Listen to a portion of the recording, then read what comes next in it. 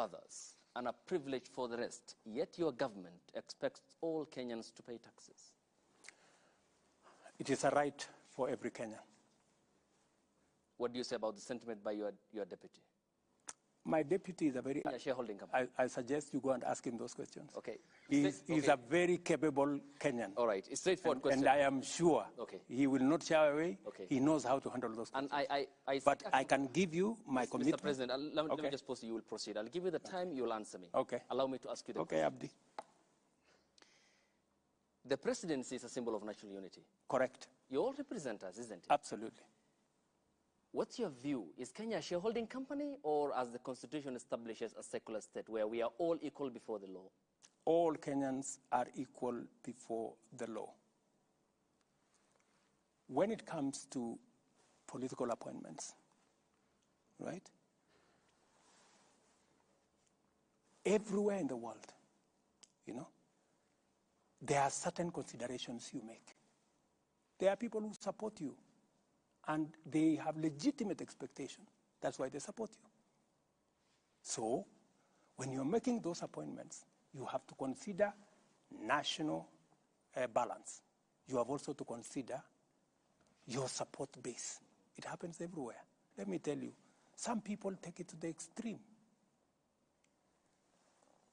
You can never accuse me or this administration that I have taken my daughter or my son or my relative and made them an MP or made them a minister or made them something. I will not do that. Yeah, I will not do that. Our competitors do that. They go take their children, they take them here, they take them there, they take them. That I will not do. Because I understand where I am coming from, right? Let me also tell you the following. Sometimes, because of our,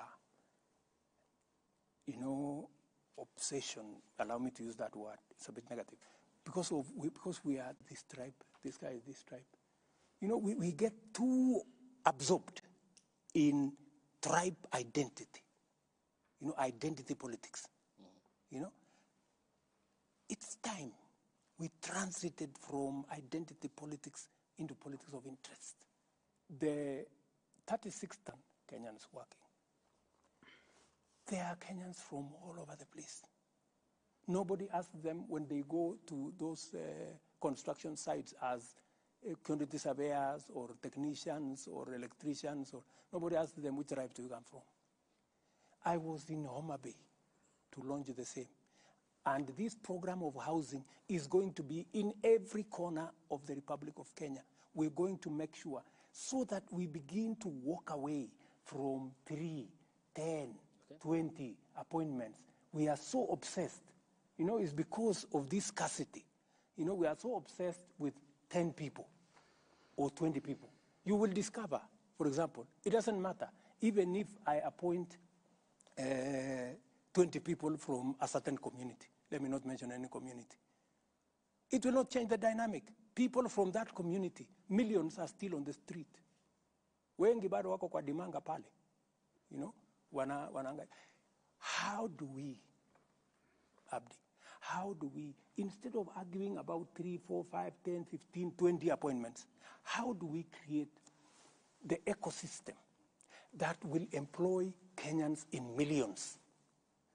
Kenyans in every part. Right. How do we make sure that we have a program in Kakamega that will employ 10,000 young people?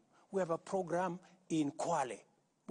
That is the program I'm looking for. And that is why, Abdi, I am telling you, and I want to persuade my fellow countrymen and women, please, let us invest our resources in projects and programs that will create 3, 4, 5 million jobs for the people walking in our streets, our own children, our own blood and flesh walking the streets.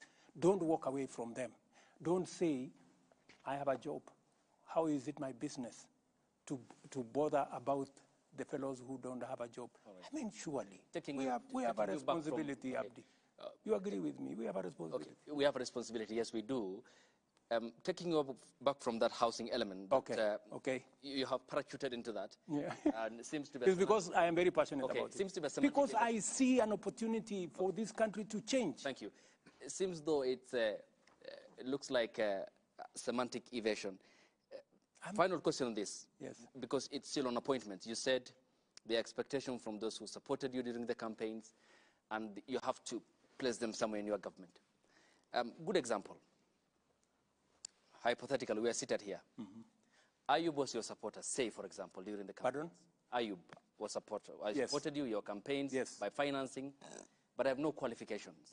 Eric Latif didn't support you, but is a Kenyan like me who expects to serve his country. He has the qualifications. He has the merit, for example, let's say. Between me and Eric in your government, who will you pick? I will pick Eric. But that is not the case in many aspects. That is the case. It isn't. That is the case. You have made political appointees. That is the case. Awarding competency. And I appointed General Ogola. General Ogola is among the people who went to bomas to try and overturn my victory. Do you know that? But because when I looked at his CV, he was the best person to be general. I called him and I sat him down. I told him, my friend, you went to bomas to try and overturn my victory. But because you are the best person to be general, I'm going to give you the job. That is how it works with me. That's why I told you, if a person has the qualification, if he is the best for the job, I will give him the job. But that is the military. There's a code of conduct for the military and how politics works in Kenya, Mr. President. Let me tell you, my friend,